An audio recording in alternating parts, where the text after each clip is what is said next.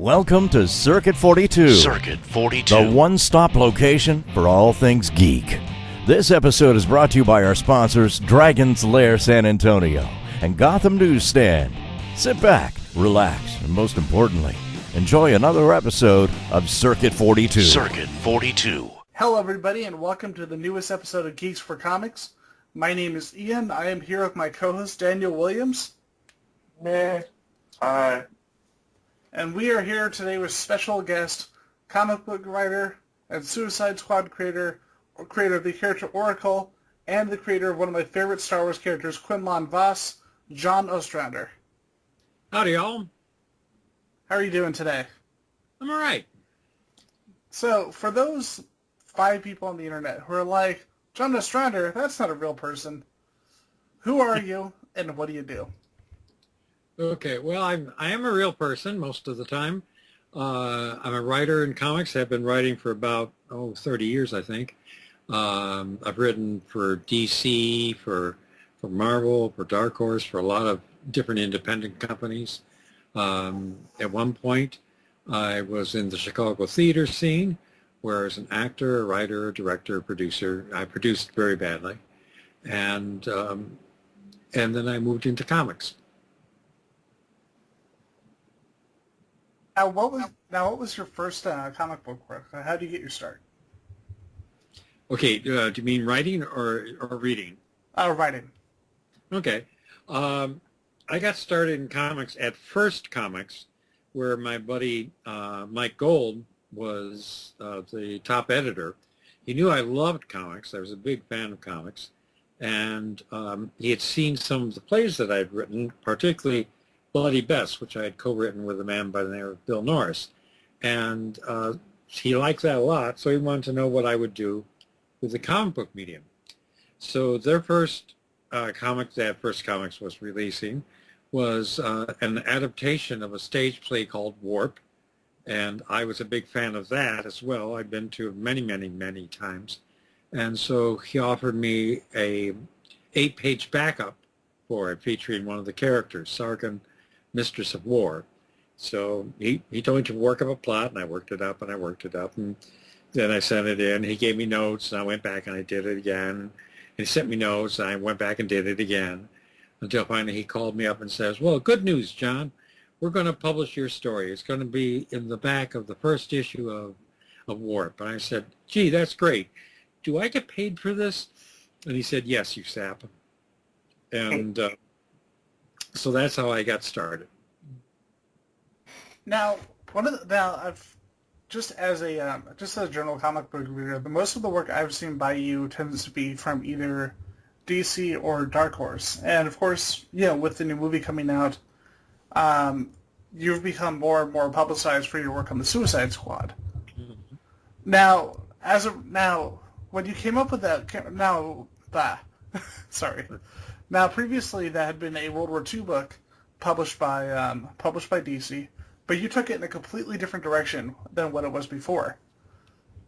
Yeah, it had appeared in 5 issues of The Brave and the Bold. The artist was Ross Andrew, and the writer was Bob Kanigher, and but it didn't go anywhere at that time. At the time, I'd done a lot of work at First Comics. I was trying to spread my wings a bit. I was talking with editor Bob Greenberger from DC at different conventions, and he thought that I might work well at DC. So we talked about what sort of book I might be good on, and I wanted to do Challengers of the Unknown because I thought and still think that it's one of the great titles in comics, Challengers of the Unknown. But somebody else already had dibs on it, so he suggested, well, we got this other title, and you could do anything you want with it. It's called Suicide Squad. And I said, Suicide Squad? What a dumb name. Who in their right minds are going to belong to anything that calls itself Suicide Squad? And then I started thinking about it, and I said, well, okay, maybe somebody who doesn't have any other choice. Okay, who doesn't have any other choice? Prisoners. Prisoners don't have any choice. Oh, okay, now we're talking supervillains. I like supervillains. One of my favorite books for a while at DC was The Secret Society of Supervillains. all supervillains all the time. And so and then I also thought, well, another great movie with that was The Dirty Dozen. So why not take The Dirty Dozen, Mission Impossible, a touch of John le Carré, and add supervillains to it all. And that's basically what I sold them on. Now, sorry. Sorry. Dan? I said I actually picked up the first trade for your run of Suicide Squad, the one with 8 issues and the Legends issue as well. And I kind of like how, like, right from the beginning, like, you don't know what's going to happen with the group. Like, you have characters like dying that you didn't expect to die right off the bat, or getting into situations where it's like you wouldn't see regular like superhero books or anything get into, and I found that pretty awesome. And I think I was reading also that you actually in your run you also killed off Flag Jr. within like the second year. Yeah, killing off characters was a part of the whole concept, because if it was going to be dangerous, then we wanted people to have fatalities, and we didn't want the reader taking for granted that everyone was going to be coming home. I also had free access to a lot of B and C and D level characters and that was great because I could do whatever I wanted to them, including killing them. But also I was able to reinvent some of them. You can add backstory, so I had control over those. And but yeah, killing off characters was a way of keeping the reader off guard. And when we killed off Rick Flag Jr. During the run of the thing, or seemed to, that also served notice to the reader that anybody could go. Nobody was safe, type of thing. Nobody's safe, at least in theory. So one of the things I wanted to ask about was actually the creation of Oracle, because everybody, of course, knows about the Killing Joke, what happened with Batgirl, but a lot of people getting into comics now don't realize that they don't realize that that wasn't always the plan, the creation of Oracle. No, in fact, it wasn't the goal at the time. I was co-writing Suicide Squad at that point with my late wife, Kim Yale, and we had problems with the Killing Joke. We felt that Barbara was just kind of thrown away in it, and we felt she was a better character than that. So we got permission to use her, but we felt that if you're going to do something as extreme as shoot her, then she should remain crippled, because the angle of the shot almost certainly would have damaged her spine. So we said, okay, let's take her, let's have her still in a wheelchair, but let's show that she's still a hero, that she has these mad computer skills. That was always a given in the character. And we took it from there and said, okay, and we figured if we did it right, then other people would want to use her, because she would be like this information broker in the DCU, and other writers would go, well, okay, how's my character going to find out about this? Well, they could investigate, or they could just call Oracle, who would dig it up for you, and boom, there you are. And she did. She became a very important part of the DC universe, and a very popular one.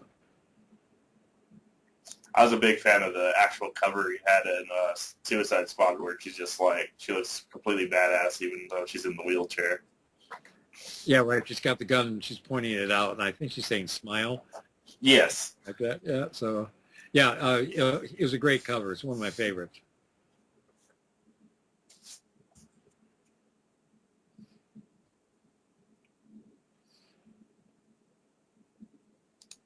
And are we still there? Ian, are you still there? Here I am. Sorry about that. 3, 2, 1. So a lot of people don't realize that in addition to the characters from Suicide Squad and Oracle, that you actually created the pre-Hawkworld Hawkman and Hawkgirl as well. Yeah, yeah. Well, I didn't create them. Tim Truman, in his Prestige series, Hawkworld, redefined Qatar Hall and Shahar Hall, and then when they decided to spin it out, take it directly from that and go into an ongoing series. Sorry about that. Tim was too busy to continue with it. Well, Tim and I are great friends, and so it was finally decided that maybe I should be the one to continue writing it. And so I took it on from there. You know, I consulted with Tim as much as he wanted to, and we had a pretty good run on it, I think. So, of all, like, you helped create and helped work on a lot of characters with DC. What particular story with them are you most proud of, personally? Oh, geez. There's so many. You're sort of asking a parent to pick his favorite child. I don't know if I can do that, but I can tell you ones that I am very proud of, without necessarily saying, you know, I think it's my best work, but it's very good work. I like a lot of the things that we did in the squad. I'm very proud of the work on the Spectre as well, and the work that I did with the Batman thing, Seduction of the Gun, I thought was very good and very useful. And then there was the Kents, my historical Western that went into the roots of the Kents family in Kansas. And there was a lot of other things. So. Sorry about that. Kents is actually one of my favorite books. I actually read that not too long ago, and I was just like astounded that they didn't that this was actually a book that I hadn't read up to that point. It was just like the whole build up throughout this series was great, and the payoff was at the very end was well worth the time. It definitely was one of my favorites. Good. I'm so glad. I did a ton of research into it. It started off because I wanted to do a historical Western, and Pete Tomasi, who was my editor on Spectre and Martian Manhunter at the time, had asked me what else I had, and I told him about this idea. But at the time, it was supposed to be about Floyd Lawton, Deadshot, and his family. And the reason for that is because some of them weren't very nice people. So Pete said, let me try it. I said, Pete, come on. You know, like, I've been trying this for years. No one's going to go for it. He says, let me try. So he goes to Paul Levitz and he tells it to Paul, and Paul actually likes it.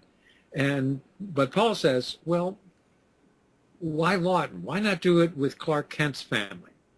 And he says, well, because some of the ancestors aren't going to be that nice.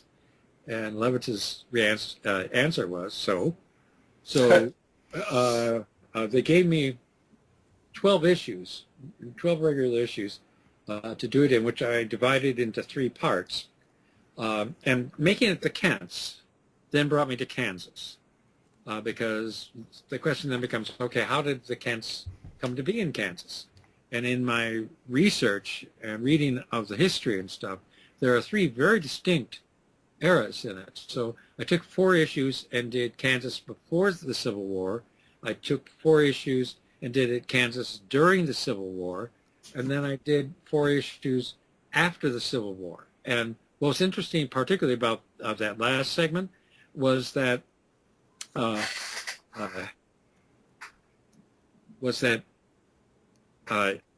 that we associate with the West, you know, all the Western lore, you know, the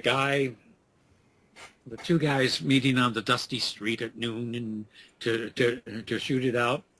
Well, actually, that was in Missouri, but just across the river from Kansas. All the famous cow towns were in Kansas. Abilene, Dodge City, Ellsworth, those are all Kansas. A lot of the Western heroes and bad guys. Jesse James did a lot of his bad guy work in Kansas. So Kansas turned out to be the best setting I could have possibly asked for. Definitely sounds like it, too, just from the history and all. Yeah, we managed to get a lot of real history into it.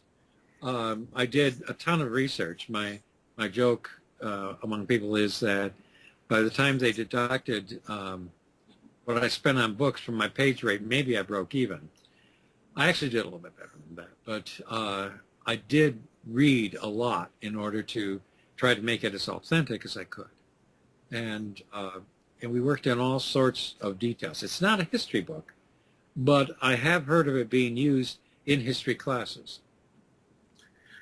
Yeah, I can definitely see that with the fact that it kind of touches base with those specific timelines. Even though it's not based on the actual folklore, it does have a little bit of that same feel, like you were saying, like for Jesse James and all those. So I think that's what really got me into it, and then the story itself really worked out as far as how you got more invested into. Okay, this is what the Kents were before there was a Superman and all this. Yeah. I've often said that Superman may have been born on on another planet, but his values are Earth. His values come from Kansas. That's where he was raised, and so part of me goes, well, where did those values come from? And by showing the evolution of the Kents, you could show where some of those values started. Right. Something I wanted to touch on. One of my favorite Star Wars characters is the character of Quinlan Vos. Mm-hmm. And while issue number 19 of Star Wars Republic was not his first appearance, the story he wrote, Twilight, is probably the first really significant appearance of the character. And I wanted to ask you about that story. Yeah, actually, Quinlan was the creation of me and Jan Duursema. Tim Truman, who was writing the book up until that point, like I said before, is a very good friend of both myself and Jan, and he thought the character was very cool, and he said, well, look, why not work it into this story as well, and that way, you'll get sort of a preview of the character. And we said, okay, that sounds good to us. So that's how Quinlan wound up in that story, but he really was Jan's and my creation. And we got into that. Twilight began because Tim was going to go off and work on a separate project. Now, at the time, Star Wars, or Star Wars Republic as it became known, was more of an anthology title in that you had different creators in each for almost every storyline. So Tim was the main writer, and as I said, he was going off to do a special project. So he recommended me, and Jan and I got in, and we figured we'd have like one shot, maybe. We didn't know if we would ever have a chance to write another Star Wars story, and we both love Star Wars. Yeah, so we created a character. For instance, he's known as Quinlan Vos. Well, I did that by sounding out Qui-Gon Jinn, okay, to get that sort of same feel, that same sort of mouth feel on it. And I've always loved the idea of you start with someone who has amnesia, who doesn't know who they are, where they are, what's happening to them. And the question occurred to me is, if a Jedi doesn't remember that they're a Jedi, would they be more susceptible to the dark side? Would they still be able to do some of the things that a Jedi does? And if he lost his memory, how did that happen? So that all sort of came together. And then after that,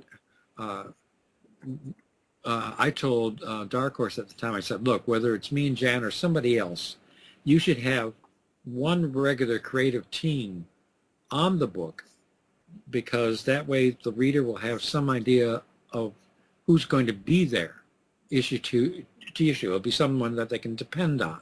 So they'll keep on coming back. You can't just ask readers to keep on taking like potluck with whoever's coming in.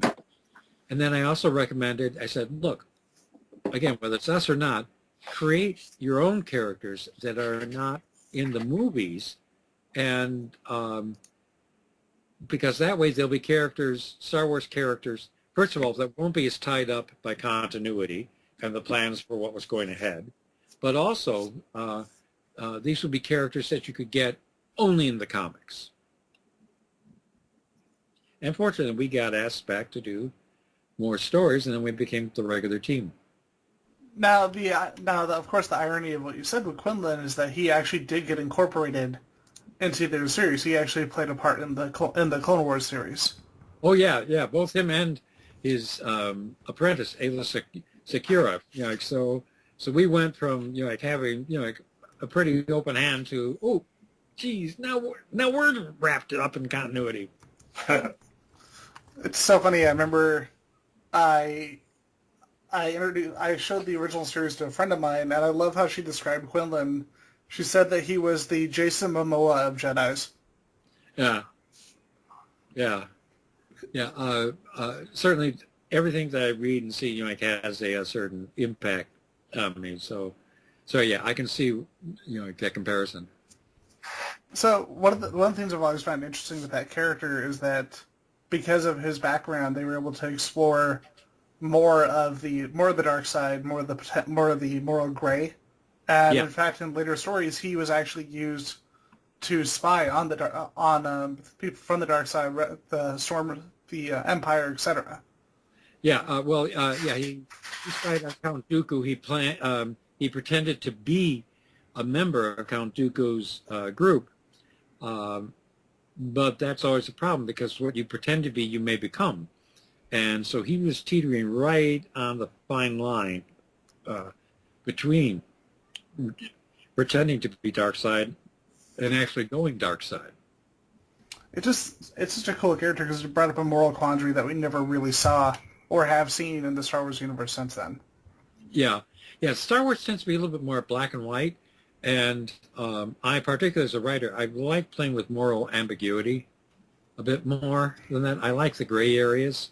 So I found a way to find a gray area in Star Wars that we can play with. Exactly. I did notice that you did have a frequent collaboration with Tom Mandrake on several series, including Grimjack, Firestorm, the Nuclear Men, the Spectre, and Martian Manhunter, that you kind of explored a little bit more of the morals of the characters in general, as far as Spectre is concerned. Yeah. Well, especially Spectre. We just finished our run on Firestorm. We were looking for something else to do together, because Tom also is a great friend, of mine. And I really love working with Tom. And so we were looking around, and the Spectre was had a series only about a year or so ago, so they weren't sure whether or not they wanted to bring him back.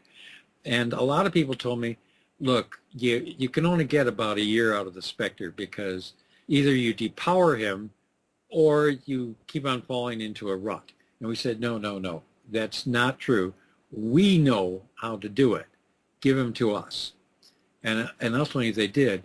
And what we did was, we knew you couldn't, if you depower or if you bring down his powers of the Spectre, then you lose all of the visual iconography that you want with the Spectre. I mean, that's part of the reason that the reader comes to it, is for these incredible visuals that you can do with the Spectre. So we didn't change the Spectre so much as we really took a good look at Jim Corrigan. And who was Jim Corrigan? Well, Jim Corrigan in the 30s was a plainclothes detective with the police, and he was a hard-nosed guy. To have an idea of what these guys were like, go back and see the old films. Go back and read early Dick Tracy, where Tracy's a really hard-nosed character, and he'll shoot people. He'll knock them off bridges. So he'd be a tough guy. So the idea, and so we wanted the idea that that Corrigan had been dead since the 30s, and he's been doing this for 50 years or more, and began to wonder what the hell he had accomplished. So when we did that, we were able to really get legs on the Spectre, on the series. And what was nice is that towards the end, DC gave us enough advance notice that, well, the numbers were starting to come down, so at some point they were going to cancel the book. And they let us put our ending on it, where Corrigan gives up being the Spectre. And I'm so grateful to that, because then that makes the entire series one long story in which it's not about Spectre, it's about Jim Corrigan and his growth and his change and his finally letting go of his anger and his desire for vengeance. It's definitely great going out on a character on your own terms instead of them just canceling the series without giving you any creative input on how it ends. Yeah. It's very rare when you get that, unless you're working a limited series to begin with. Yeah, I know that they recently brought the Spectre back in like the New 52 universe and all that, which was an interesting run, and it was kind of along the same lines. His where he was like kind of debating with his human self, and then dealing with the whole God metaphor as well at the same time. So I feel like they kind of gave it a more modern take as far as what you were as far as the situation. With the newer series that they went through. Well, I respect anybody else's take. I don't always read them, because I feel that if I've done a run on a given book, whoever comes on next deserves to have a chance without getting the idea that I'm looking over their shoulder. I mean, I got the freedom to do what I want, so they should have the same. Yeah, I did see that during your Spectre run, you also introduced the current Mr. Terrific, Michael Holt. Yeah, that was fun too, because Mr. Terrific had been killed off a while before that in one of the Justice League Justice Society crossovers, and I told my editor, Dan Rasper at the time, that I had an idea to bring back a new Mr. Terrific, and he said, "Who cares?" You know, he thought Mr. Terrific was a lame character. I said, no, let me do it. I'll show you how it can be interesting. And I went back to the origin of Mr. Terrific. And the original Mr. Terrific was this brilliant guy who was bored and was actually contemplating suicide because nothing appealed to him anymore. And then he found these kids in the ghetto then, and at that time they were white kids, but being influenced by the gangster types. And so he becomes Mr. Terrific to show them that fair play is the way to go and that these other guys are just losers. Well, I thought, okay, if you're going to introduce that today, how would you do it? And if you want to keep to the same general concept, then you go to the inner city. And in that case, Mr. Terrific should be black. And the kids that he talks to and the gang members, they should all be African American. So, and I also really like the idea that one of the smartest men in the DCU, if not the smartest man in the DCU, was African American. I thought that was cool. So that's how we started him, and he caught on. Now, with that, it does bring up something that you did very early on in comics that a lot of people didn't do, especially with Mr. Terrific and Suicide Squad. At the time, you know, stronger female characters, political and social commentary, and race weren't necessarily something that were brought up in mainstream comics around that time. But there was a lot of it coming from your work. What was it that made you decide to do that? Well, I was raised in Chicago. I'm a Chicago boy, and you see a lot of that. You know, there were important aspects. You know, just living in the city at the time, and I thought, I've always felt that comics are better when they have one foot firmly put in reality, so that it's something that the reader can identify with. They can go, oh yeah, I know that, I've seen that, I felt that. So, and I just felt that more diversity was a good thing. When I was creating Amanda Waller, I knew that I wanted, we needed someone who was in charge of the squad. They had to be tough. You know, like, I mean, they're dealing with all these villains and all these other types, so they had to be a badass. They had to be tough. And I wanted them to be African-American because there weren't enough strong African-American characters. I wanted the character to be female because we didn't have a whole lot of really strong female characters in comics. And I wanted there to be a social consciousness to it. And I wanted her to be heavier because that also was different than the archetype physically that you were getting at that point. She's called the Wall and she looks like one. She's heavy set. But that also, to my mind, visually gave the sense of some of the power behind her. She's not going to be moved easily. She's, if she comes after you, you got a big woman coming after you. In some ways, it was based after my paternal grandmother, a good woman. I know she loved me, but man, if I did something wrong, she would fix me with a stare and ooh, pin me to the wall. So I did not mess, with her at all. No back chat, no sir. So, and a lot of that went into my concept of the Wall. That is very cool. One other thing I wanted to touch on, one of my favorite characters that a lot of people don't talk about much anymore, which disappoints me, Lady Death.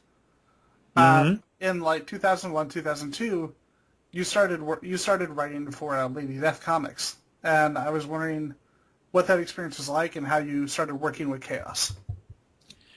Well, some of my work had gone away at that point, and I was looking for work to do. When you're a professional writer, and this is how you make your living, you need to find work. It's how you pay your rent. It's how you pay your mortgage. It's how you pay the bills. So I got a call from Chaos, and they wanted to talk to me about doing Lady Death. I didn't know Lady Death at the time, but I read up on her, and they wanted me because of what I had done on the Spectre. Now, and there was a bit of a disconnect in it, in that I was trying to do my idea of who their character was, and they wanted a John Ostrander take on the character. They were trying to ramp the character up or something. So I got into that more as we went on, but ultimately, the company went under, and some of the stories that I was working on just died out. It is really unfortunate, but at the same time, it's good to see that Brian Pulido has been able to build back up from that, and now that we're starting to see the character in the consciousness again. Yeah, well, they are so much Brian's character and Brian's world. It's sort of like me with Grimjack. I don't really want other people writing Grimjack, and I honestly don't think that anybody else should be writing Lady Death or those characters than Brian. Brian knows them. They come out of him. Yep. Now, with that, with Grimjack, we definitely would like to talk to you about him, because as you said, this is a character that you created, it's a character that you feel very personally about. Mm-hmm. Now, how did you come up with the character, and and what was the process of getting that character out there? Okay, I like what I call narrative alloys, where you take a bit of this and a bit of that, and you put them together into something new. Conan and Sword and Sorcery was created by Robert E. Howard's love both of sword and sandal epics, barbarian epics, and supernatural horror stories. So he mashed them together, and lo and behold, we got Sword and Sorcery.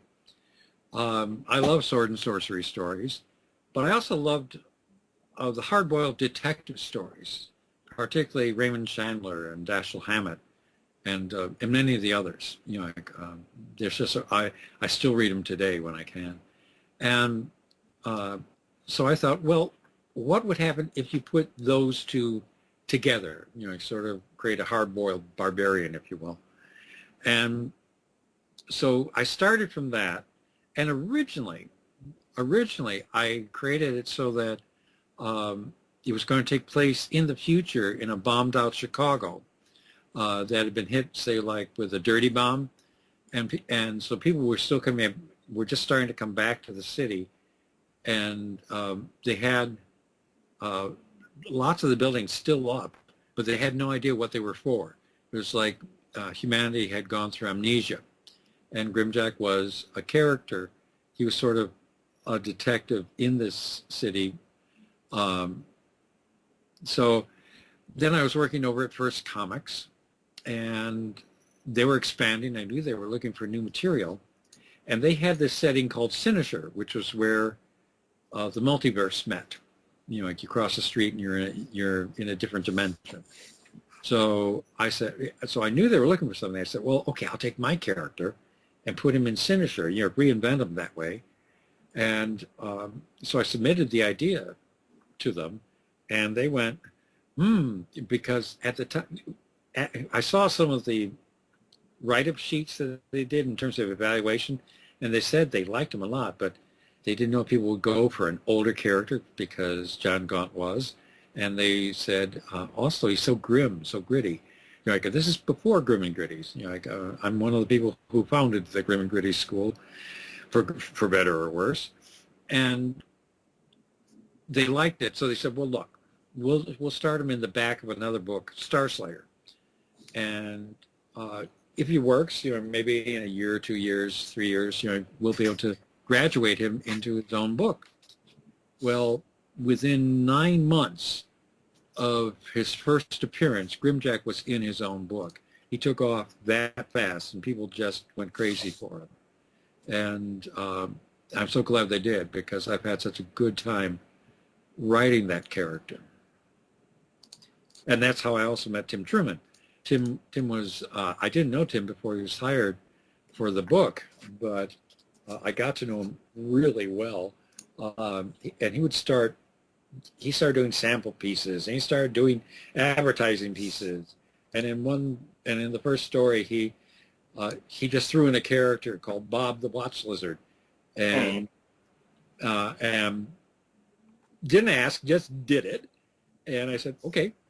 And eventually what I did was that Tim added so much to the concept is that I had the contract rewritten so that he and I are co-owners. You know, he has half my share. I did have another question. One run that we didn't really talk about too much was your Martian Manhunter run. Back in, it was after 0 Hour, if I'm not mistaken. Yeah, I think so. Yeah. But it's what Tom and I went to after we finished the Spectre. Yeah, I think that was like right after you ended the other series, you started this one up. How did that come about, and how was that run for you? Well, we were looking to do some more work together, as Tom and I frequently do, and we were looking. And the Martian Manhunter came up. He was available. You know, Justice League was doing very well at the point, so they were looking to do a tie-in spin-out book with the Martian Manhunter. And we looked at him and we said, okay, what can we do? We didn't want to do the Spectre again. So in looking at Martian Manhunter, he's often portrayed sort of like a green Superman. You know, he's got much of the same powers, plus a few more besides. But other than that, he may have been green, but he was beige in terms of his character. A big difference is that, as I talked about earlier, Kal-El came to Earth as an infant and was raised as Clark, you know, like as a citizen of Kansas. But John Jones, when he comes to Earth, he's a fully grown adult, you know, like, and he comes from a society, but his society had never been particularly delved into. We knew he had a wife and a child, but they had never been named. So I wanted to see us do that, and I wanted to see us get into, you know, like, what was his society like? If they were all telepaths, what would that mean? What would that do? If they had similar powers to him, for instance, we imagined that the dwellings would have no doors or windows. They would just phase through and go in. And if they could fly, there's no stairs. They just go through holes in the floor and from level to level. You know, as telepaths, they would have to have certain protocols to keep from intruding on each other's thoughts, any sense of privacy. So that's all part of what we added to the character, and we knew that we were not going to be able to do the same thing with him that we did with the Spectre. We weren't going to be able to tie it all up in a package at the end. What we wanted to do was simply explore who he was, the society that he came from. And I have a friend who says that it's actually one of the more science fiction-y based stories. And and I think that's true. Yeah, I definitely enjoyed it. And also the fact that he added the whole story with the Saturnian race that kind of went up against the Manhunter and all that as well. There was definitely a lot of stuff that, they never really bridged about until that point as far as a character. It definitely was kind of opening him up a bit. Yeah, at some point they had done a series called Jem, Son of Saturn, which seemed like another version of Martian Manhunter. And maybe originally it was going to be, and for some reason they changed it. And also they had the White Martians over in the Justice League. So I like to make use of continuity. Yes, I'm fully capable of throwing out things that don't fit when they aren't useful to the story, but mostly I try to keep in as much as I can and maybe explain it slightly differently. And so we did that both with the White Martians and with the Saturnians, like Jem. Oh, I forgot to mention one other thing I did want to ask as well. I did see that you did do one of the Forever Evil storylines, the one for Cheetah specifically. How was writing that one? Okay, I'm trying to remember which one. Yeah, when you the work Wonder on Woman 23.1 Cheetah. Oh, yeah. The Cheetah story. Yeah, I was called in. I was asked to do that story, and they wanted a new origin for Cheetah. And so again, I delved into what was already known, where did they want to go with the character, and then tried to weave something around all of that in a single issue. So, and I'm pleased overall with how that went. All right. And I had one last question before Ian took over. I know I've been asking you a lot. I know that DC has a history of doing Elseworlds or anything. If you had your own option to write an Elseworld, which character would you tackle, and what would the story be about? Oh, I already know that. I've sort of pitched this several times, but right now they're not doing Elseworlds. But I would go back to the 30s, and he'd start off with the Waynes being confronted in an alley, and the mother and the father are killed, but so is Bruce. Oh. And that just outrages the city, and with the police force being as corrupt as it is, they bring in a tough, no-nonsense, hard-boiled detective from another city, Jim Corrigan. Ah. And Jim Corrigan starts investigating all of this. And meanwhile, young Bruce, we see him in the afterlife, and as the original Jim Corrigan did, he's confronted by this voice. Young Master Bruce cannot rest easy. This horrible thing has happened to him and his family, and people should be punished for it. The bad guys should be hurt. So he is given the powers of the Spectre. Whereas meanwhile, Corrigan, back in Gotham City, is finding himself stymied. So he decides what he needs to do is to adopt another persona. And he takes on the Batman. Oh, that would be awesome. So, and of course, eventually, we have the two confronting one another. That sounds like an awesome story right there. Go ahead, Ian. First off, I was just about to gush for a second and say that would be so freaking cool. I wish that would come out, especially with DC finally doing like proper collections of a lot of their Elseworlds stories now. Mm-hmm. But one of the things the last question I wanted to ask you before we bring the interview to a close was regarding your recent Suicide Squad review for the movie. Yeah. And I thought it was really interesting. I was wondering if you could touch on a little bit more how you were talking about creative interpretation and your opinion on the movie because of it. I feel that, well, again, as I've said before, if I've done my run and somebody else is doing it, then they have a right to do it without my kibitzing at them. At the same time, when you are adapting something from one medium to another, there are going to be changes made, but my artistic DNA is all over that particular story, that particular movie. The concept of bad guys being sent out to do stuff for the good of the country. That's what the movie's all about. So I was delighted and pleased with that. But I'm also always interested to see, okay, well, what's somebody else's take on that? They don't have to do my take. If it's going to be valid, they have to do their take on it. And I think they did. And I had a great time at the movie. I know there's some other people who disagree, and that's fine. People can be wrong. I don't mind, but I enjoyed it.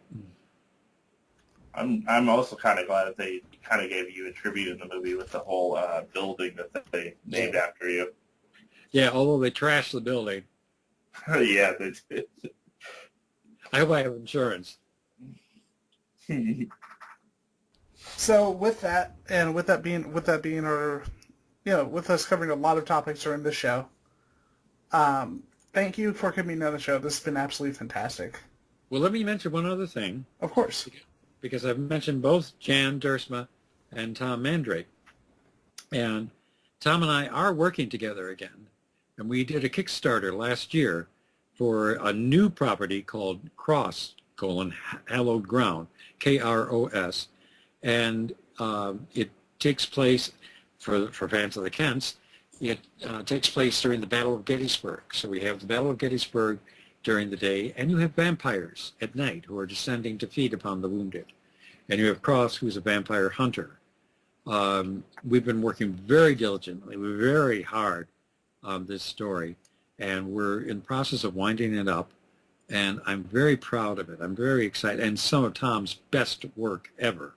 So, and for those who didn't get a chance to pre-order, you can still go to Indiegogo, and there's a section there, I forget the name of it, but if you put in KROS, you can both see some of the sample pages, and if you're interested, you can pre-order a copy of the graphic novel for when it comes out. And likewise, Jan Duursma and I won't say it's a Star Wars thing, but it certainly is a space thing, and it has space and magic and ray guns and robots and weirdness, and that one is called Hexer Dusk, and that also completed a Kickstarter successfully, and that also can be found at Indiegogo if people want to go there and check it out. Sorry. And I was going to say, and if they want to pre-order a copy, they still can do it there. Awesome. I would also like to point out, I think both of us would probably agree on saying, can we just take our money, please? Because, I'm looking at the art right now, and it looks, for the Gettysburg one, and it looks pretty awesome. And Jan is one of my favorite artists, so, yep. Take all the money. Yeah, I think Jan's actually inking herself on this. So you get what I call real Jan Duursma there. And I also just mentioned that at the end of the month, I am doing a new Suicide Squad story called War Crimes. It's about 38 pages. It's complete. It's a special, and so it's completed into itself. It'll be out towards the end of the month. Awesome. I'll be picking that one up. Yes, you're right. I want all your money. just gonna do the I think it's the from Futurama, just a little Fry meme where there's just all the money just shooting out of him. Yeah. I love that meme. It's like you replace like the person, you put like a little counter, and it's just like he's putting the money out, and John's just standing there like, yes, all the monies. Yes. Well, it's our Circuit 42 logo just shooting out money. Yeah. All right. So with that, thank you again for coming on the show. And one more time, where can people both find yourself online and your projects? Well, I'm on Facebook. I also do a weekly column over at comicmix.com.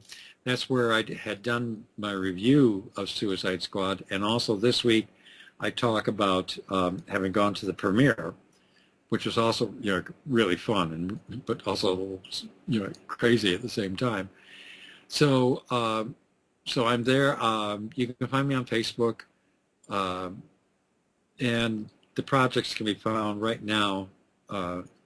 Indiegogo you can order or pre-order both Hexerdusk and Cross.